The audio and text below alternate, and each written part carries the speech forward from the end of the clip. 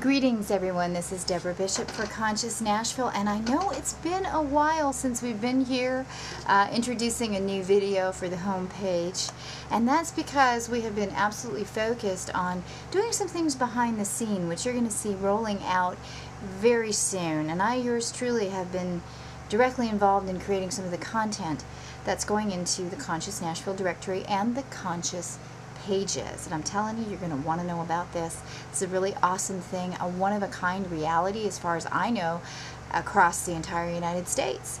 So very excited to be involved with that. However, as there are only so many hours in a day, we've kind of had an extended play with our last Conscious Nashville featured interview, and it's time for a change, wouldn't you agree? So I'm delighted to be here, and I'm delighted as well to be introducing our next interview and our next guest. This subject matter really deals with what I would call the golden age, or the last chapter of life, and it affects all of us, not only because I guess we're all going to be there at some point, but we know people who are there. We've been through it perhaps.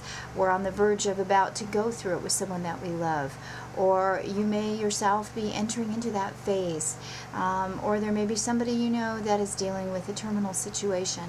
There's a lot of us who are touched by this on a daily basis, and yet we don't always know where to go or who to talk to or what the value might be in services that are offered specifically to those who are, say, older and have sensitivity, delicate skin, special needs, and certainly special understanding and consideration.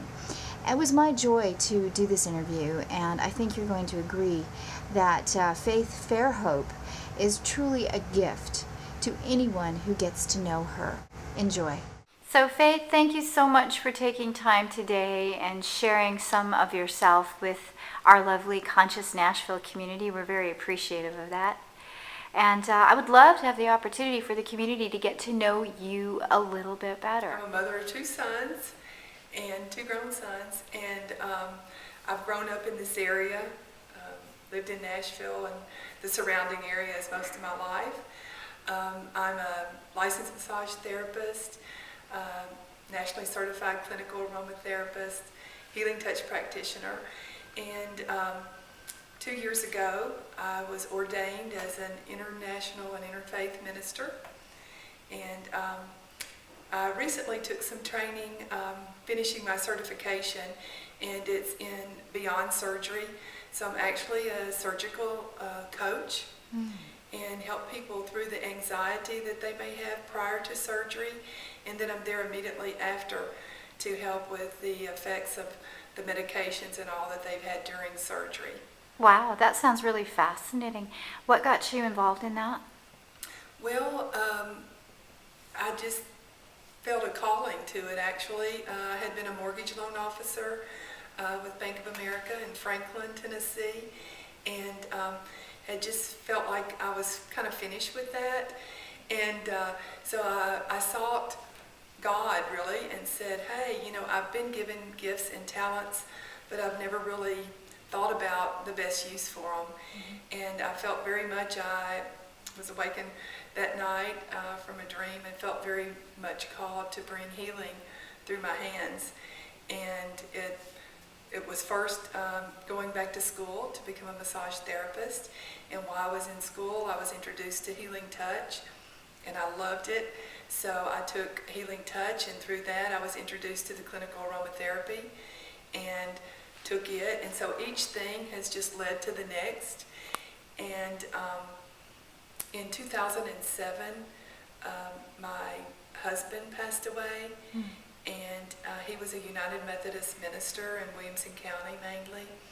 And so I had an opportunity to go to a training called Twilight Brigade, and it was in Birmingham, Alabama in 2009, kind of added to my practice of kind of end of life, being able to have that training in end of life care. That's right. You had mentioned to me prior to us starting the interview was that a lot of the work you do is focused on working more with our elders. So what do you think brought you to that? Again, is it just a calling that you feel you've had? I do. I feel like when I was in massage school, I think part of it was because a of being a minister's wife in the Methodist Church. A lot of our parishioners were older adults, and they were very kind to let me do my practicums on them. And I just enjoyed so much them and their company and hearing their stories. And so I feel like that was where I was kind of drawn, and that's where I have stayed. I've been in my practice now for almost 10 years, and I absolutely love it. So with the Twilight Brigade, as you mentioned, what is that work specifically? Well, Daniel Brinkley had actually several near-death experiences, and he felt his call when he was basically given his life back was to provide someone, mainly, he originally kind of started out for the veterans, but to provide someone there to be there for them a lot of times in their last days. What he says is they've been there for us, and now, it's time for us to be there for them. That's kind of how that got started, and it's a national organization, and Birmingham happened to be the closest chapter to Nashville, and that's how I ended up there. So is it providing companionship for people going through their transition, or? Yes, it's a wonderful 20-hour intensive training, and what it does is it really serves several purposes, because it also gives the person taking the training an opportunity to face any fears that they may have about their own mortality.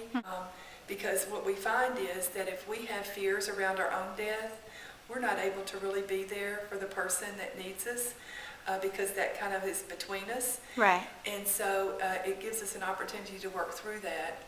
And then it gives us some tools where we feel like that we know how to be with someone at really one of the most important times of their whole life. And a lot of times it's very simple, but it's very meaningful. And it's a beautiful training. And I'm just thrilled that we were able to have it this year at the Integrative Life Center. And we ended up having about 20 attendees, and our whole goal is to start a Nashville chapter. And so it was quite successful.